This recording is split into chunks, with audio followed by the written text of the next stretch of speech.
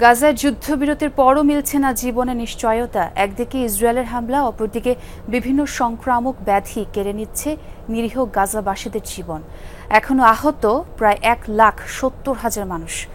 তবে পর্যাপ্ত চিকিৎসা সেবা পাচ্ছেন না তারা। 2 বছরের ইসরায়েলি আগ্রাসনে হাতে গোনা কয়েকটি হাসপাতালই অক্ষত আছে পুরো উপত্যকায়। রোগীদের অতিরিক্ত চাপে হিমশিম খাচ্ছেন চিকিৎসকেরা। নতুন ব্লেন্ডে আরো রিচ অ্যারোমায় সেলন ফ্যামিলি ব্লেন্ড টে। যুদ্ধবিরতির নামে যেন প্রহসন চলছে গাজা উপত্যকায়। এখনও প্রতিনিয়ত ইসরায়েলি বাহিনীর হামলায় প্রাণ হারাচ্ছে নিরীহ গাজাবাসী।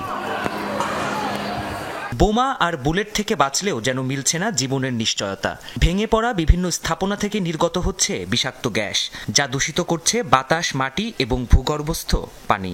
মশা, মাছি আর ইঁদুরের বংশবিস্তারের জায়গায় পরিণত হয়েছে বিস্তীর্ণ এই মৃত্যুপুরী। এরই মাঝে তাঁবু টানিয়ে বাস করতে বাধ্য হচ্ছে গাজাবাসী। দূষিত পানি পান আর মশা মাছির কামড়ে ছড়াচ্ছে বিভিন্ন সংক্রামক ব্যাধি। এদিকে 2 বছরের ইসরায়েলি আগ্রাসনে পুরোপুরি ভেঙে পড়েছে গাজার স্বাস্থ্য ব্যবস্থা।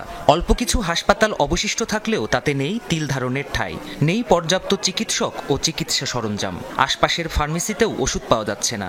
ত্রাণ হিসেবে পাঠানো জরুরি ওষুধ সরবরাহকেও বাধাগ্রস্ত করছে ইসরায়েল। এ পরিস্থিতিতে ধুকে ধুকে মৃত্যু ছাড়া আর কোনো উপায়ই যেন খোলা নেই এই হতভাগ্যদের।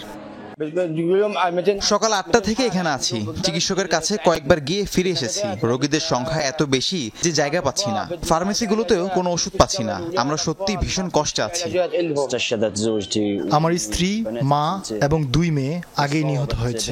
এখন বেঁচে আছে আমার এই ছোট মেয়ে। ও গুরুতর অসুস্থ, কিন্তু এখানে কোনো চিকিৎসা নেই চিকিৎসা সামগ্রীও। মাছি আর মশা সর্বত্র, এমনকি একটি গদিও পাইনি, বাইরে থেকে এনে ব্যবহার করছি।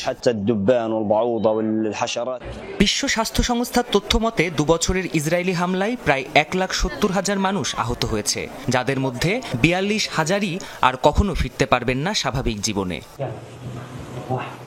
প্রাণপ্রতিম কুণ্ডু, যমুনা নিউজ।